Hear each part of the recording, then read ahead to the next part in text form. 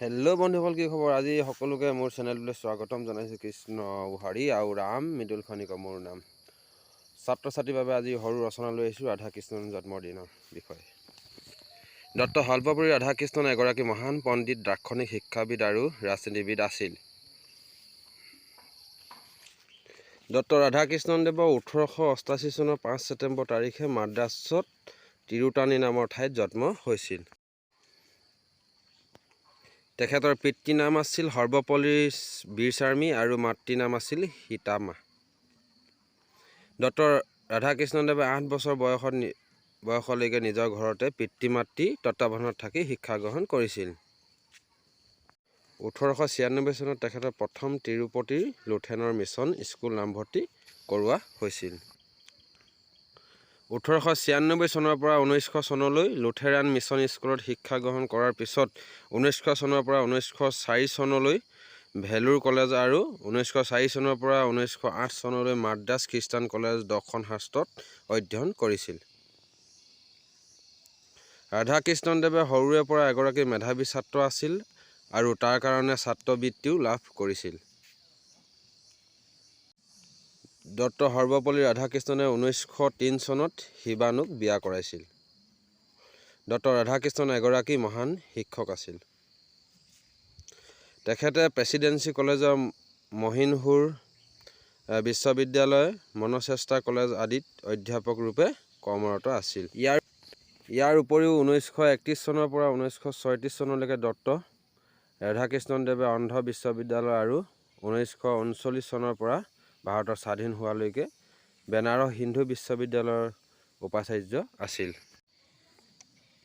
ভাৰতৰ ৰাজনীতিৰ ক্ষেত্ৰখনতো ডক্টৰ সৰ্বপল্লী ৰাধাকৃষ্ণদেৱৰ এক সুকীয়া স্থান আছিল। তেখেতে 1952 চনৰ পৰা 1962 চনলৈ দুৱাৰ ভাৰতৰ উপৰাষ্ট্ৰপতি আছিল। ইয়াৰ পিছত 1962 চনৰ পৰা 1967 চনলৈ স্বাধীন ভাৰতৰ দ্বিতীয় ৰাষ্ট্ৰপতি হিচাপে নিৰ্বাচিত হৈছিল। ডক্টৰ সৰ্বপল্লী ৰাধাকৃষ্ণদেৱে ভাৰতৰ ৰাষ্ট্ৰপতি, উপৰাষ্ট্ৰপতি আদিৰ দৰে গুৰুত্বপূৰ্ণ পদত অধিষ্ঠিত আছিল যদিও তেখেতৰ নিজকে সদায় এগৰাকী শিক্ষক হিচাপে পৰিচয় দি ভাল পাইছিল। 1962 চনৰ ৰাধাকৃষ্ণদেৱে যেতিয়া ৰাষ্ট্ৰপতি হিচাপে নিৰ্বাচিত হৈছিল তেতিয়া তেওঁৰ ছাত্ৰ আৰু বন্ধুবৰ্গই তেখেতৰ জন্মদিন পাতিব বিচাৰিছিল আৰু মহান পণ্ডিত ৰাধাকৃষ্ণদেৱে নিজৰ জন্মদিনটো শিক্ষক দিৱস হিচাপে পালন কৰিবলৈ ইচ্ছা প্ৰকাশ কৰিছিল।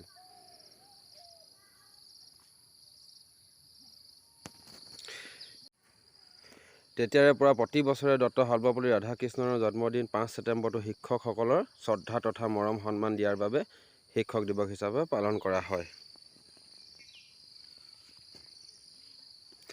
ডক্টৰ ৰাধাকৃষ্ণন এগৰাকী ভাল লেখিকা আছিল। তেখেতে ভাৰতীয় পৰম্পৰা, ধৰ্ম আৰু দৰ্শনৰ ওপৰত বহুত গ্ৰন্থ ৰচনা কৰিছিল।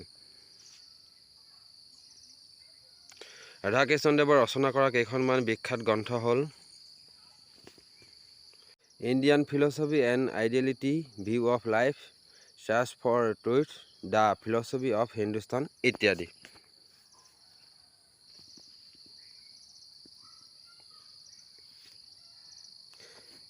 ডক্টৰ ৰাধাকৃষ্ণদেৱে তেখেতৰ পণ্ডিতৰ বাবে বিভিন্ন পুৰস্কাৰ লাভ কৰাৰ লগতে 1945 চনৰ ভাৰতৰ সৰ্বোচ্চ অসামৰিক সন্মান ভাৰত ৰত্ন লাভ কৰিছিল। এই মহান পণ্ডিত, দাৰ্শনিক, শিক্ষাবিদ তথা ৰাজনীতিবিদ গৰাকী 1975 চনৰ 17 এপ্ৰিল তাৰিখে চেন্নাইত মৃত্যু হয়। নমস্কাৰ। প্লিজ লাইক, শ্বেয়াৰ আৰু ছাবস্ক্ৰাইব কৰি দিবা চেনেলটো। আজিলৈ বাই বাই।